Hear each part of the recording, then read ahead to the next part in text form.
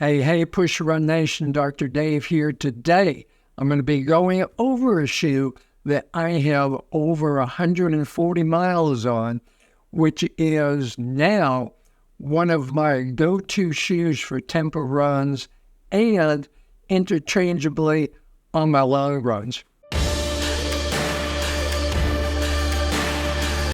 And that is the New Balance Super Calm Trainer V2s. A lot of changes on this shoe since the V1 came out last year and shocked the running world with that big stack height from New Balance. And this quickly last year became my go-to shoe for all my long runs on the road, training for my ultra marathons when I wasn't on the trails. So I was quick at it to order the new V2s when they first came out. I saw this first last year at the running event in Austin, Texas, and knew that there were going to be a lot of new changes to this shoe. I wasn't sure then whether I was going to like all the changes or not once I get the shoe on my foot, but we'll get to all those in just a little bit. So let's go over some of these changes. First, let's go over the upper. Totally redesigned shoe from the V1. If you have the V1 or you heard about it, this is totally different shoe.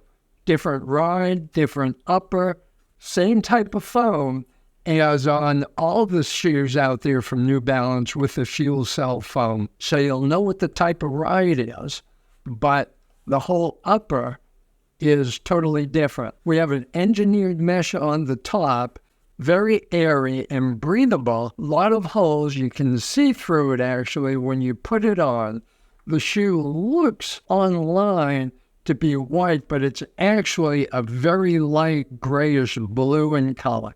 A lot of inlays on the outside here and on the inside to add a little bit of support because of the thinness and breathability and airiness of the upper material.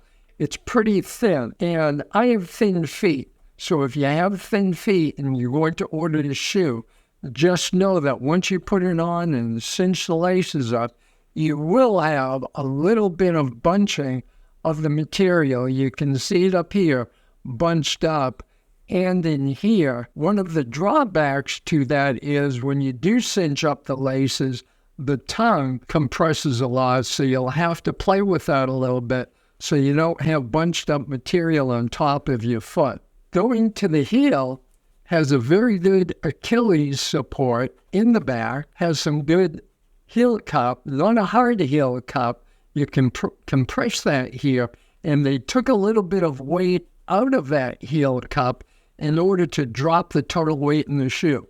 What New Balance was looking for was to still have a max cushion shoe, but have it in a shoe that runners could wear, not just for long runs, tempo runs, or even an everyday shoe, but also be street legal to wear it in races if they want to. There's plenty of padding around the ankle, which is a little bit upgrade from last year, which saw the original models, which did not have much padding around the ankle, or it actually was down a little bit more inside. A lot of people had problems with the original shoe, with the top of the ankle cutting into the foot a little bit. I never had that problem, but some people out there did. If you did, let me know down in the comments if you did, what you did to alleviate that problem. Did it go away after you wore it? From what I heard from other runners was after they wore the shoe 5 to 10 times, that kind of went away. I didn't have any problems whatsoever on the original shoe, nor have I had that with this shoe at all. So that's the upper. Talked about the tongue a little bit, very thin. There's a little bit more reinforcement on the top part of the tongue where you're going to cinch those laces down kind of tight to guard the top of the foot from any compressed down feeling on those nerve endings on the top of your foot. But what I had to do was put a racer tying system with the loops and cross knotting across the top of the shoe because it was causing me a little bit of compression on the top of my foot here.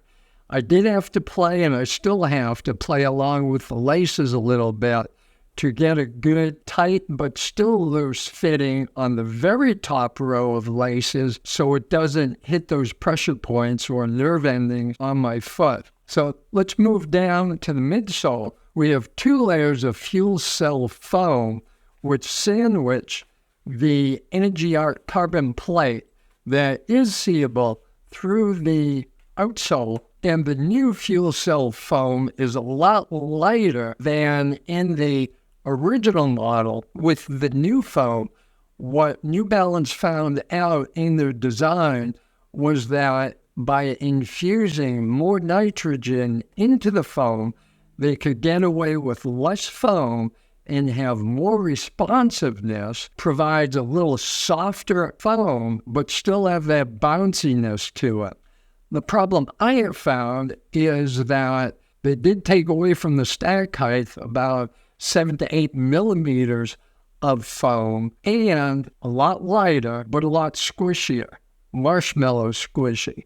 To me, a little bit too softer of a landing than the original model, which I absolutely loved.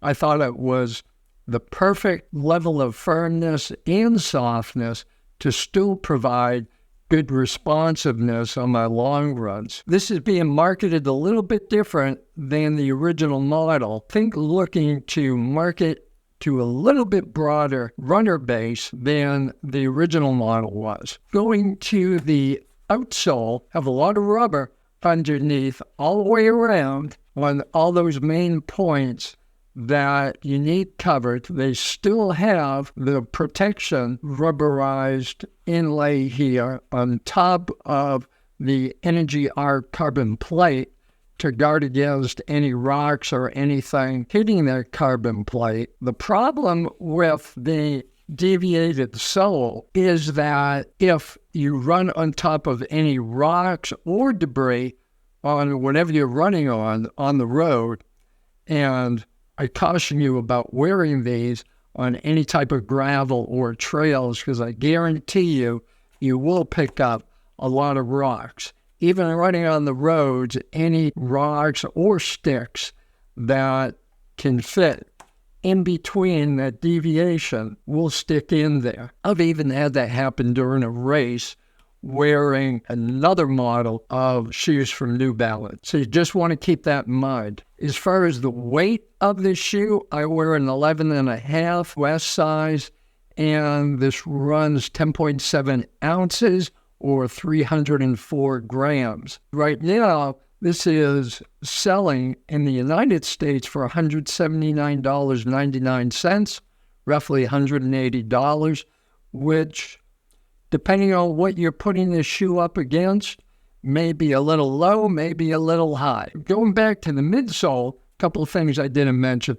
We have a 40 millimeter stack height in the heel, and we have a 34 millimeter stack in the forefoot for a 6 millimeter drop. And that 40 millimeters was made specifically again, so this is street legal. I absolutely detest all the reviewers out there continually talking about the Supermax cushion shoes as illegal. Yes, for professional runners. If you're a professional runner and you're looking to finish high in a marathon, a road race, and making money from prize purses, yes, it's illegal.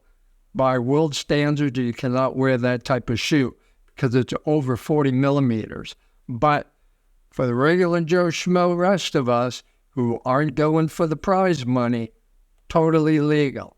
So I've even worn them in road races, had no problem. If you're thinking about checking out the shoe further, check the link down below in the description, which will shoot you over to Roadrunner Sports, where I get all my shoes from. And if you like this video, please, I'd greatly appreciate it if you smash or push that thumbs up button down below and subscribe to the channel so you'll continue to get all the content we're putting out every day or every week, probably at least 4, 5, 6 times a week, putting out new videos between running gear, running shoes, supplements, food, recovery, races, you name it, we cover it here. If you have worn this shoe, please put a comment down below. Let me know what you think of it.